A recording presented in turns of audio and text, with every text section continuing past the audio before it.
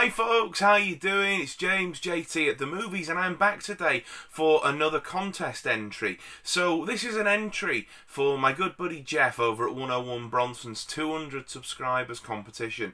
Now he's well and truly surpassed that now. He's at 340 something subscribers. I think 346 when I looked, Jeff. So absolutely well done on that, mate, and it's well deserved because you've got such a great channel. But yeah, this is his contest for 200 subscribers, and what Jeff's asked us to do is to make a short video, or you can leave a comment as well on the video, and of course I'll pop the original video down below. But to basically let him know what our favourite sort of guilty pleasure movies are, and I suppose for me there's quite a few really. I do love a good bad movie. There's I suppose things like Anaconda is one that sort of comes to mind, or something like the Nightmare on Elm Street sequels, and things like Scream. Well, Scream's actually probably not really a great choice for a guilty pleasure, is it? But stuff like that. I know you mentioned Over the Top as one of yours. I saw that in your follow-up video, Jeff, and I love that film as well. Got introduced to that by the Flick Pick channel, because he used to talk about that in his early days quite a lot and tracked the DVD down. And yeah, that is a guilty pleasure film if ever there was one, isn't it? It's not one of Stallone's best, but there's just something about it where you just gotta watch that film, and it's just really enjoyable when you do, and you just have a really good time with it. The one for me that sort of stood out when I thought about this when Jeff posed the question was 1995's Batman Forever. I've loved this film ever since I was a kid, and I still love it to this day.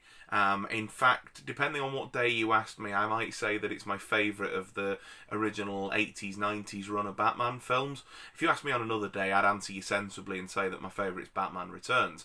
But yeah, I do love Batman Forever. I absolutely adore it. I just think that the camp works in this one, the silly over-the-top neon Gotham City, and I love Jim Carrey as the Riddler. Tommy Lee Jones is hilarious as Two-Face. He's not good as Two-Face, but he's hilarious as Two-Face. I don't mind Chris O'Donnell as Robin, and I actually quite like Val Kilmer as Batman. I just think that the story and the locations, and I as much as I love the Danny Elfman score, and that is timeless, I adore the music from Elliot Goldenthal in it, and it is bad, isn't it? Batman Forever, it's not as bad as Batman and Robin, but it's not a good film when you look at the two that have come before it. It's really not a great film. There's some really poor dialogue in there. The CGI's terrible. The nipples and arse cracks on the bat suits. What on earth were they thinking? Fair enough. I can see a director wanting to do that for an artistic choice, but how many people in the production and costume design people did they have to get past that and go? Everybody's gone, yeah, that's a good idea. Is that? Yeah, should we put nipples on it? Yeah, let's put nipples on it. Do you know what? Let's put an arse crack on it as well. Oh yeah, absolutely. What top idea? John's had a great idea. Let's put an arse crack on. Whose idea were that? But I digress. Like I say, Tommy Lee Jones is awful as Two-Face.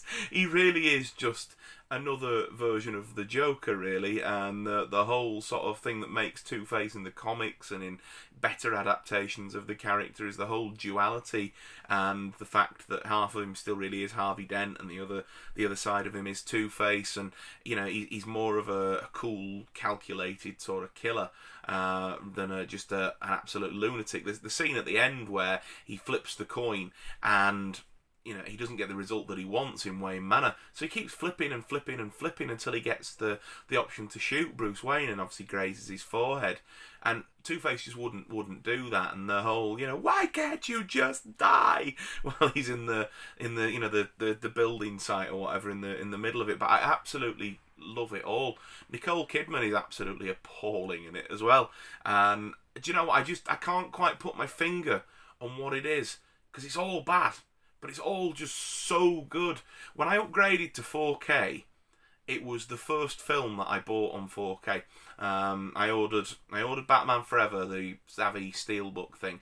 I think the folks in the US might have got that in Walmart, and then I ordered the Dark Knight series shortly after that, but the first 4K that I ordered was Batman Forever, because I'm like, I just wanted to watch it, and there was a great deal, and I was like, yep, that is the one that I'm going to sort of go into with this, and absolutely love it. I come back to it probably at least once a year. It's a really good movie just to put on if you want to have a laugh.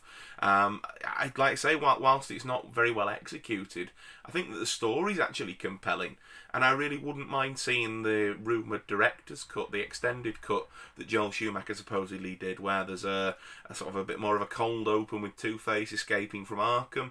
And for those who remember the plot in some amount of detail, might remember that there's sort of like a bit of a subplot with Bruce remembering falling into the Batcave as a child after his parents have died, and there's a diary that his dad kept, and Bruce is convinced that it's his fault that his parents were shot. There's a whole subplot there that's fully resolved, and I don't know whether they were shot or not, but they're in the script, because I'm that guy. I read the script online, and there were scenes with Catwoman in it again, showing that she had, I know we see that she survived Batman Returns, but confirming that she was active again after Batman Returns as Catwoman. And there was supposed to be like a scene with Nicole Kidman's character on the Gotham News, sort of talking about whether Batman's sort of adding to the problem of crime in Gotham City, or whether he's doing any good, sort of a thing. And I just find the production of that film to be really, really interesting as well. The fact that obviously after the whole sort of McDonald's Happy Meal controversy with Batman Returns, Warner Brothers basically give Tim Burton the friendly boot and went, well, you can still be involved, but somebody else is taking the reins. And then it still feels like a film, does Batman Forever. And I think that's the difference between Batman and Robin and Batman Forever for me, and why I enjoy Batman Forever, is because it's definitely toned down, it's definitely aimed more at families, and it's definitely played a lot more for laughs than the first two were. But it still feels like they were making a film, and I think that's because it was Burton and Schumacher, mostly Schumacher obviously, but working together and collaboratively, rather than just sort of Schumacher's full reign like it was in Batman and Robin. Well, there you go. That has been my complete and utter rambling as a contest entry for you, Jeff. I hope that's been okay, mate.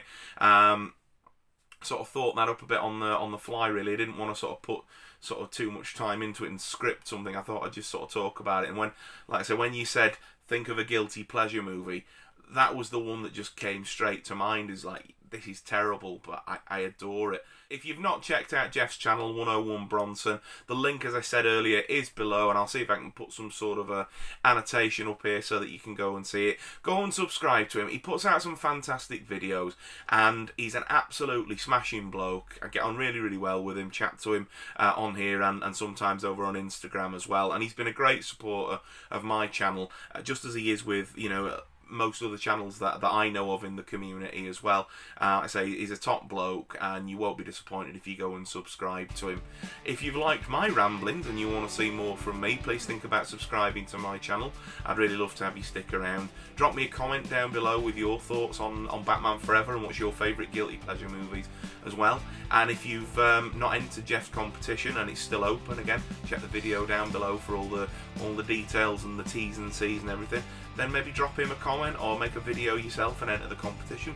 But don't forget to subscribe to him. Take care, folks. I look forward to seeing you in my next video real soon.